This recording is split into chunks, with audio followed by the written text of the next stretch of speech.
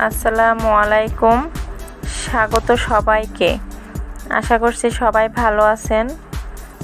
আজকে আমি আপনাদের সাথে শেয়ার করব খুব সহজ একটি পাস্তা রান্নার রেসিপি। এটি খেতে ভীষণ মজার, সকাল বিকালে নাস্তায় দ্রুত তৈরি করেও নেওয়া যায়। ছোট বড় সবারই পছন্দনীয় খাবার আমার মনে হয়। আমার তো খেতে খুবই ভালোই লাগে। তো চলুন রান্নার মূল পর্বে চলে যাই।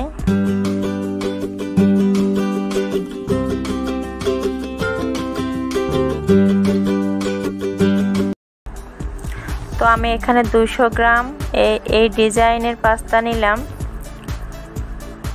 এবং পাস্তার একটি মশলাও নিলাম। তো অন্যদিকে আমি চুলায় একটি প্যান বসিয়ে সেখানে পানি ফুটতে দিয়েছি। তো সেখানে আমি 2 টেবিল চামচ সয়াবিন তেল দিলাম। দিয়ে আমি এখানে পুরো পাস্তাটাই দিয়ে দিলাম। তো আমি 10 মিনিট সিদ্ধ করে নিলাম।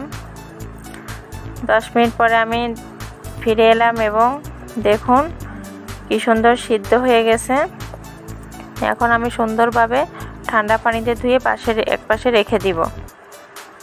তো আমি একটি বাটিতে 2টা ডিম ভেঙে নিলাম এবং কিছুটা গোলমরিচের গুঁড়ি দিয়ে দিলাম। সামান্য পরিমাণ পাস্তার মশলাও দিলাম। দিয়ে আমি একটু ফেটিয়ে নিয়ে সুন্দরভাবে ডিমটা নেড়েচেড়ে ভেজে নিব।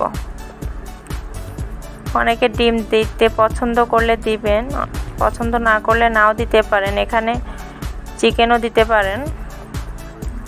তো আমি আজকে ডিম দিয়ে রান্না করেছি। তো ডিম আমি একপাশে রেখে দিয়ে অন্য পাতিলে সামান্য পরিমাণ তেল দিয়ে দিলাম। তো দিয়ে এখানে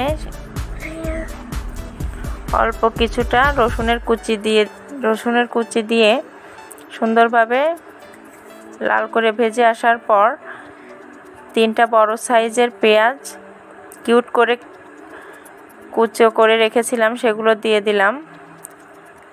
দিয়ে এখানে সামান্য পরিমাণ কাঁচামরিচ দিলাম। স্বাদ মতো লবণ, 1 টেবিল চামচ সয়া সস, 2 টেবিল চামচ টমেটো সস দিলাম।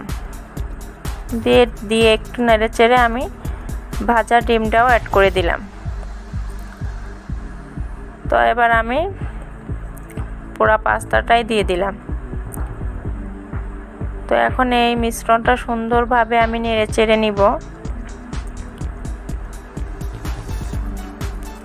এবং সামান্য পরিমাণ গোলমরিচের গুঁড়া দিলাম। তো দিয়ে আমি এখানে হালকা দমে 5 মিনিট রান্না করে নিব।